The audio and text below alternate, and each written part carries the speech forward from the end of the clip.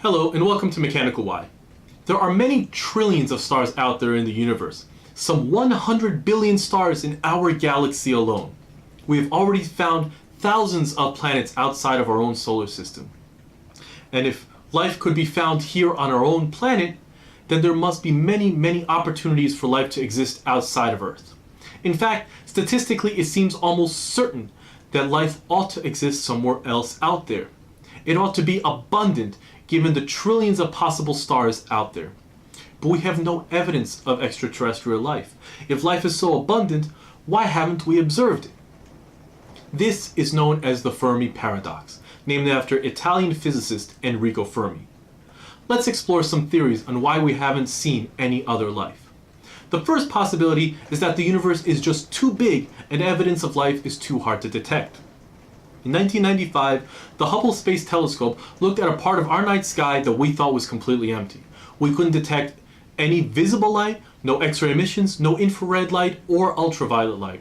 Yet when Hubble looked closely at this patch of sky over the course of several days, we found thousands of galaxies, each with billions of stars of its own.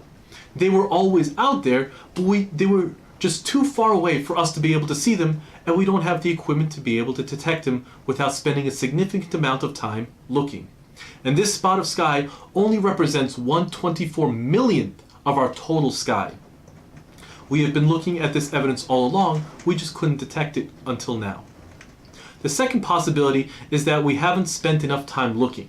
If the age of the universe was an average 2-hour movie, then mankind has only been around for 4 frames of that movie. And behaviorally modern humans have only been around for 1 frame. What are the chances that for that 1 frame of our existence that we have detected life outside of our own solar system, perhaps itself only existing for a few frames?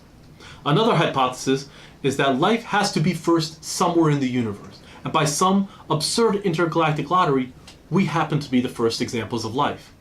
In that same vein, perhaps the universe is too young. It took our Earth 4 billion years, or over a quarter of the universe's total existence, to get us here. While we have detected older planets out there, perhaps most of the systems out there just aren't old enough to have harbored detectable life. Other more nihilistic theories also exist, like that all intelligent life is doomed to self-destruction before it's able to be detected. A planet may not be able to sustain life long enough for us to detect life. And mass extinction events may be too common to allow life to truly flourish. Finally, it is possible that we may not be able to recognize life even when we see it. Extraterrestrial life may be indeed too alien for us to even understand. And just when we thought we may have answered the Fermi Paradox, some physicists and statisticians believe that it is irrelevant because the Fermi Paradox is an invalid statement to make because we simply have no evidence about anything else out there in the universe. Personally, I believe the universe is just too big. Let's look at it this way. The dwarf planet Pluto is in our own solar system, and until we actually sent a probe to do a flyby, the best images we had from Earth were only a handful of pixels across. Could you imagine trying to spot something that is millions of times further away, or perhaps much further than that? It is a real scientific and engineering challenge, and one that is going to take us a long time to try to solve.